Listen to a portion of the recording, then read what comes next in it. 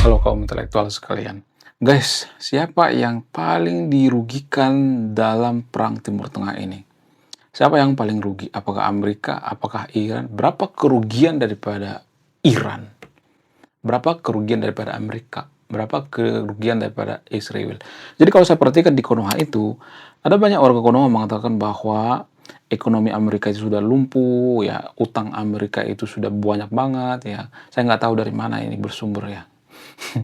Mereka mengata-ngatain seperti itu. Amerika itu sebentar lagi bangkrut, ya.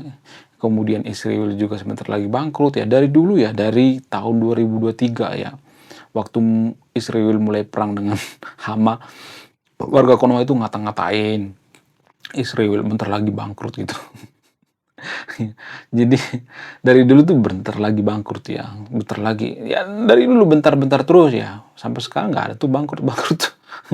Nah, yang jadi pertanyaan, kenapa warga Konoha itu ya mereka percaya sesuatu hal yang tidak terbukti secara ilmiah, nggak ada dasarnya gitu ya, nggak ada faktanya gitu. Kenapa bisa seperti itu? Apa alasannya? Apakah karena kita dari kecil diajarkan untuk tidak percaya sesuatu hal yang ilmiah? Kenapa kita itu lebih percaya dengan sesuatu hal yang opini gitu ya? Ya jadi kalau pemuka agama kita mengatakan bahwa sebentar lagi Amerika hancur, kita percaya itu ya. Padahal nggak hancur-hancur. Dari dulu tuh ya, Iran dari dulu, dari 40 tahun yang lalu, matilah Amerika. Tapi malah Amerika yang mematikan mereka kan. Ini yang jadi permasalahan. Nah, yang jadi pertanyaan, berapa kerugian Iran? Jadi, di video ini saya akan bongkar sampai ke akar-akarnya menurut data ya. Jadi kalau mau bantah-bantah pakai data. Biasanya warga Konoha itu nggak ngerti data ya. Nggak ngerti ya. Yang ada di otaknya itu kebencian-kebencian, ya opini-opini gitu ya. Kalau mereka berdebat, ya biasanya mereka ya nggak punya data. Lalu ya mereka ketawa-ketawa nggak jelas seperti ODGJ gitu ya. Guys, kalian pernah nggak sih kalau berdebat di kolom komentar tiba-tiba ya mereka ketawa gitu seperti ODGJ? Padahal komentarnya ngawur gitu, nggak nyambung. Lalu mereka ketawa-ketawa gitu. Jadi orang-orang seperti ini sebenarnya orang-orang yang biasa disebut dengan seperti buih di lautan, sampah peradaban. Jadi sampah peradaban itu dia nggak mandiri secara intelektual. Apa yang dikatakan gurunya diikutin gitu ya. Apa yang dikatakan ustadznya diikutin. Apa yang dikatakan kiainya diikutin tanpa berpikir cross check gitu ya. Kalau ustadznya mengatakan bumi itu datar, mereka ikutin ya. Kalau ustadznya mengatakan bumi itu datar, kalau bulat air laut tumpah-tumpah, ikutin gitu ya. Mereka nggak ngerti istilah gravitasi gitu, nggak ngerti. Ya, jangankan gravitasi. Data aja mereka nggak tahu. Jadi nggak semua seperti ya di sekelompok online. Ada juga yang waras ya warga Konoha ya, tapi jumlahnya nggak banyak. Ya paling 1% doang ya. 99%-nya seperti buih di lautan, sampah peradaban. Jadi kalau saya bongkar ini ya pasti akan banyak warga Konoha nanti yang kejang-kejang keloncotan berjamaah. Apa itu faktanya? Jadi ternyata guys, setelah ditelah total, setelah Amerika menaklukkan Iran, ya walaupun belum selesai, ternyata kalau saya perhatikan menurut data, ada satu yang paling dirugikan. Siapa itu? Apakah Iran? Jadi kerugian daripada negara yang saya masuk ini gila-gilaan. Padahal di media sosial mereka mengatakan mereka itu nggak rugi. Jadi ada semacam pembohongan di sini ya. Jadi saya akan kuliti sampai ke akar-akarnya. Ya ini menurut data, bukan opini pribadi. Siapa sebenarnya yang diuntungkan dalam perang ini? Apakah Amerika untung dari penjualan senjata? Apakah Amerika untung dari penjualan gas? Apakah Israel untung dari penjualan teknologi? Lalu bagaimana dengan Iran? Apakah Iran untung dari penjualan video AI gitu atau propaganda? Bagaimana fakta yang sebenarnya? Di video ini saya akan bongkar, walaupun warga Konoha akan kejang-kejang kelonjotan berjemaah. Apa itu faktanya? Jangan skip ya guys. Faktanya adalah, wah gila, luar biasa. Akhirnya buku kedua dan ketiga gua rilis juga. Buku kedua gua ini judulnya Budi Tanpa Pekerti. Dari judulnya sudah menarik ya. Jangan lupa link pembeliannya ada di pin komentar video ini. Jadi pada faktanya yang paling dirugikan dalam perang kali ini adalah Iran. Berapa total kerugian Iran? Sekitar 60 miliar US dollar. Bagaimana dengan Amerika? Amerika, saya harus benar-benar netral di sini ya. Ada kerugian juga. Berapa kerugian Amerika? Sekitar 30 US dollar ya. Separuh daripada kerugian Iran. Namun, di sisi lain Amerika diuntungkan. Dari apa? Dari penjualan senjata. Wow. Gila, gila, gila. Berapa keuntungan mereka dari penjualan senjata? Ada banyak banget. Kemudian tidak hanya dari penjualan senjata, penjualan gas, minyak bumi ya. Jadi Amerika itu ternyata punya cadangan minyak bumi yang sangat-sangat luar biasa. Sehingga apa? Sehingga mereka diuntungkan karena apa? Karena kenaikan harga minyak. Apakah ini permainan sebenarnya supaya minyak mereka itu ludes terjual, naik harganya gitu? Apakah ini sebenarnya udang di balik batu gitu? Kemudian bagaimana dengan Israel? Israel itu yang paling tidak dirugikan itu nomor 2 ya. Jadi yang paling dirugikan itu kan Iran ya. Kemudian yang kedua itu Amerika dan terakhir itu Israel. Israel ternyata nggak terlalu rugi-rugi amat gitu. Kenapa? Karena ketutup juga gitu ya. Walaupun ya ada juga ya kebocoran-kebocoran gitu ya. Ada kerugian juga gitu ya. Saya tidak berpihak di video ini. Saya benar-benar netral ya. Data itu harus netral, nggak boleh berpihak. Jadi ternyata Israel itu diuntungkan dengan apa? Dengan kenaikan saham teknologi daripada Israel. Jadi ada semacam keanehan di sini. Semakin Israel itu perang, ya semakin sahamnya naik gila-gilaan. Kenapa bisa begitu? Apa alasannya? Ya karena kepercayaan investor. Bahkan ada satu orang terkaya di dunia, mereka masih betah tinggal di Israel. Kenapa? Ya karena kepercayaan, trust, ya kejujuran. Jadi gini guys, orang kaya itu biasanya sensitif dengan orang yang bohong dan biasanya orang kaya itu sangat suka dengan orang yang jujur. Lalu kenapa orang kaya itu betah tinggal di Israel? Ada banyak orang kaya betah tinggal di Israel. Apa alasannya? Karena kenyamanan, karena teknologi. Mereka punya Davis Link ya berlapis-lapis gitu ya. Ada kubah ini, kubah itu, pokoknya berlapis-lapis ya. Walaupun ada yang masuk juga gitu ya, tepat sasaran juga, tapi 1 dari 100 ya, persentasenya kecil banget gitu. Nah, itu yang jadi pertimbangan daripada investor-investor luas, sehingga ya banyak investor yang tinggal di Israel. Tapi kalau saya ngomong seperti ini pasti banyak nanti warga Konoha yang kejang-kejang kelonjotan berjamaah ya. Ya, jadi warga Konoha itu kalau kita nggak membela Israel, maka kita dianggap tidak nasionalis. Oh, kamu membela penjajah.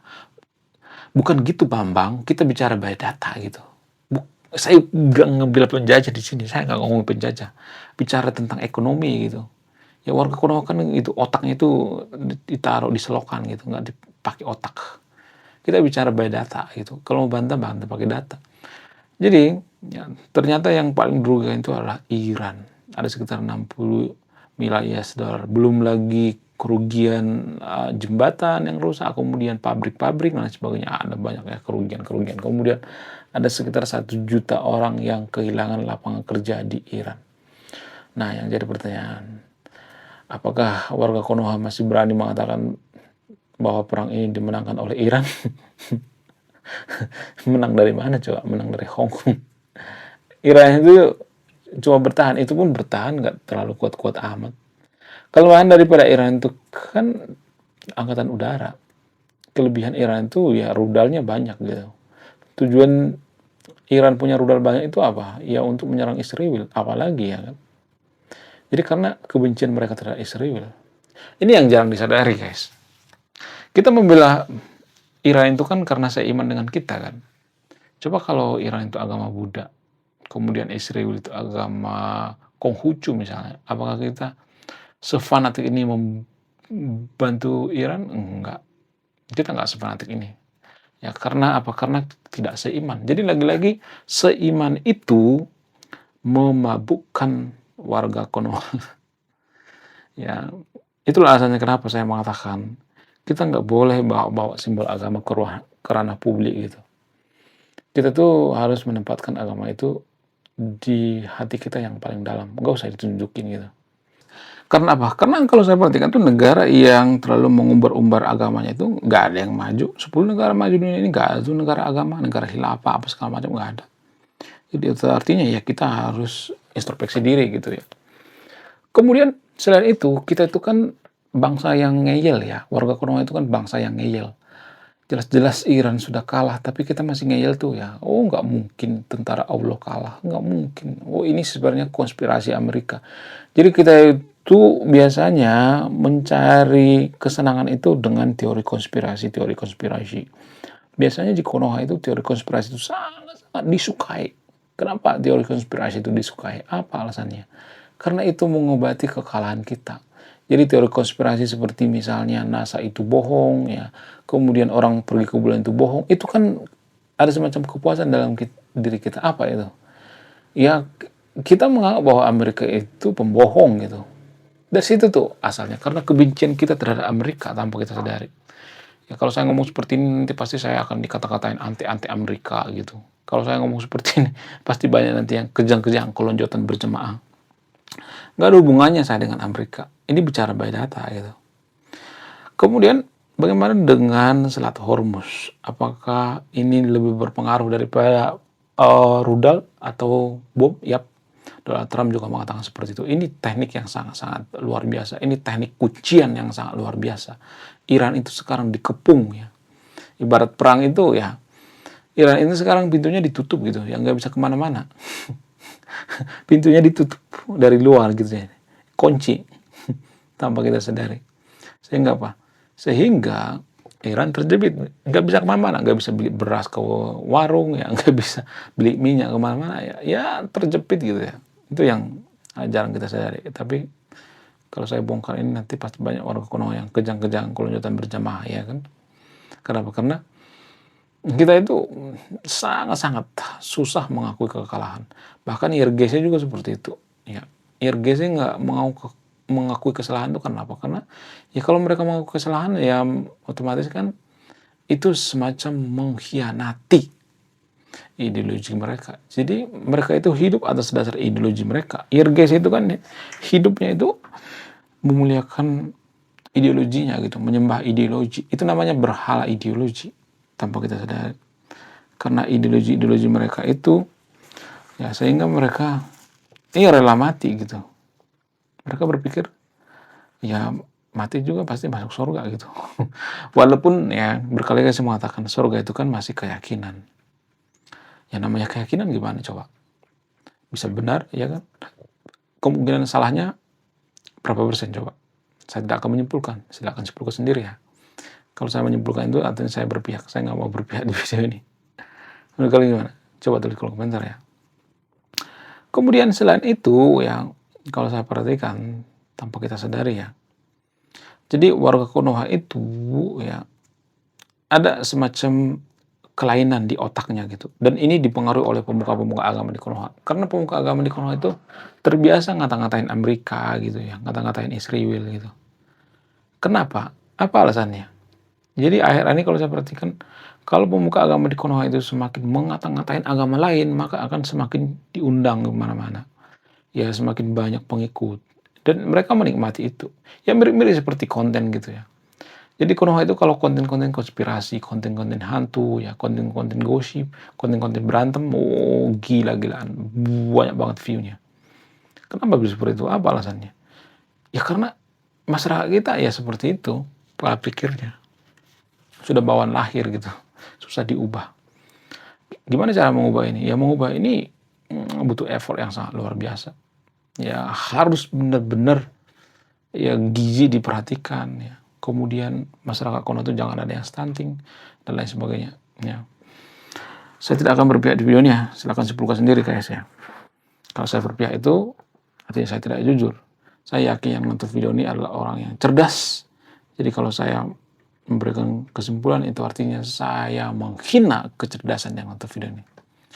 Oke guys, semoga kita belajar dari kisah Iran ini. Jangan sekali-sekali terlalu fanatik membenci negara lain. Jangan sekali-sekali terlalu membabi buta mendukung ideologi kita. Kalau enggak, ideologi kita akan memakan korban lebih banyak lagi. Wah, gila, gila, gila, gila, luar biasa. Akhirnya buku kedua dan ketiga gua rilis juga. Buku kedua gua ini judulnya Budi Tanpa Pekerti. Dari judulnya sudah menarik. Dan kisah daripada buku ini sangat-sangat dilematis sekali. Di mana karakter dalam buku ini bercerita ada dua pilihan yang sangat sulit. Yang pertama, ketika seorang tokoh dalam buku ini tidak bawa-bawa agama saat kampanye, maka dia bisa dipastikan kalah.